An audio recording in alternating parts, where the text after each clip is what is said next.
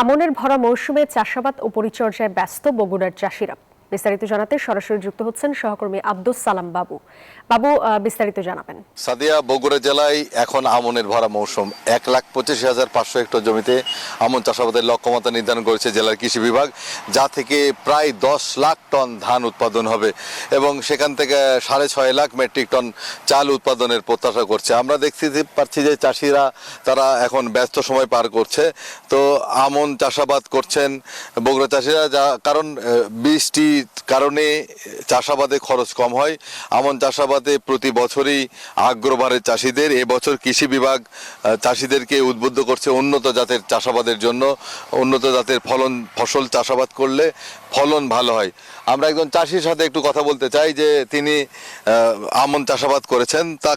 তার কাছে একটু জানতে চাইবো যে এবছর আমনের গাছ কেমন হয়েছে, কেমন ফলন আশা করতেছেন যদি জানান। এবারকার আমনের ফলাফল মোটামুটি ভালো এবং আগাম যেটা বর্ষালি সেটাও মোটামুটি ভালো।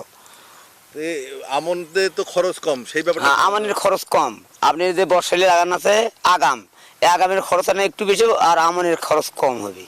এই ওই চাষি জানালেন যে আমনের খরচ খুবই কম, কারণ প্রতি বছরই তারা আমন চাষাবাদ করে থাকে। এবছরও তার ব্যতিক্রম হয়নি। বৃষ্টি হলেই আমন চাষে ঝুঁকে পড়ে চাষিরা। এই বছর যেহেতু স্বস্তির বৃষ্টি হয়েছে, ইতিমধ্যেই গাছগুলো সতেজ এবং সবল হয়ে উঠছে। অনেক এলাকায় আমন আগাম লাগানো হয়েছে, অনেক এলাকায় এখনও চাষাবাদের কার্যক্রম চলছে।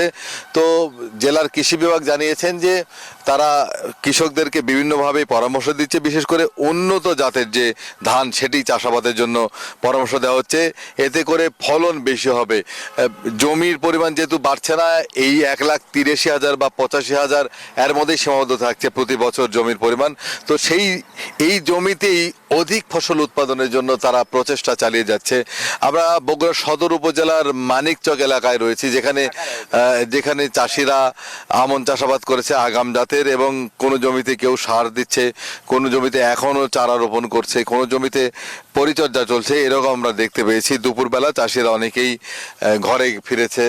তো বগুড়া জেলা কৃষি বিভাগের অতিরিক্ত পরিচালক, বগুড়ার কৃষি সম্প্রসারণ অধিদপ্তরের উপপরিচালক সহ কৃষি কর্মকর্তারা তারা কিন্তু মাঠে চাষিদের কাছে যাচ্ছেন এবং নানা ধরনের পরামর্শ দিচ্ছেন।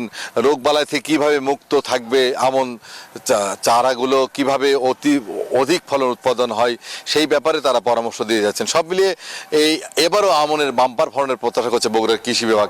এই ছিল বগুড়া থেকে সর্বশেষ। ফিরবে স্টুডিওতে সাদিয়ার কাছে। বাবু, ধন্যবাদ আপনাকে।